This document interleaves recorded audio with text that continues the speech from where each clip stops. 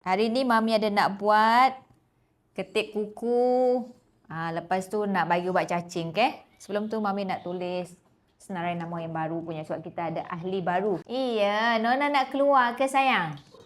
Nak keluar? Amboi. Janganlah Manan. Sini.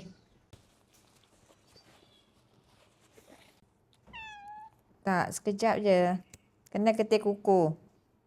Sabar, belum lagi. Sikit lagi. Tengok kaki kamu ni. Jauhlah sikit dak Manan. Cik tengok Mami ni. Ya ampun. Nampak ni, ya ampun. Jangan digigit Mami punya kertas tu. Panjangnya kuku kamu je nak.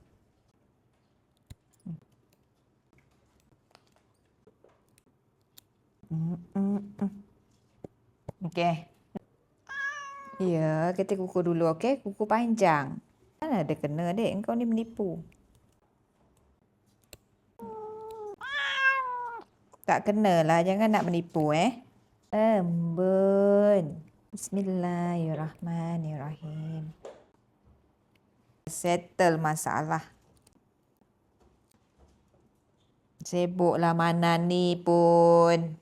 Ya, sikit lagi.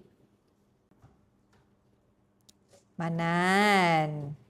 Endah. Sini sayang. Budak debab Mami ni. Tengok kuku ni. Ya ampun.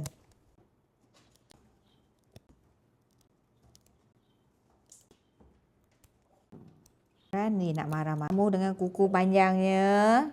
Lepas tu nanti gaduh-gaduh nanti kan. Tercakar. Luka. Siapa yang susah? Mami juga yang susah. Nanti kena trim bulu adik ni, okey?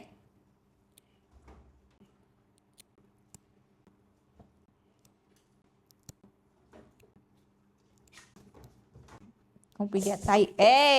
Kan betul Mami cakap? Manis. Pring. Budak demok seko ni Kang. Mami bukan suruh tidur, Anggun. Ni kenapa ni? Luka kat kening ni kenapa ni, Kenapa boleh luka dekat dahi tu? Nanti Mami letak krim, ke? Bismillah. Tengok kuku ni.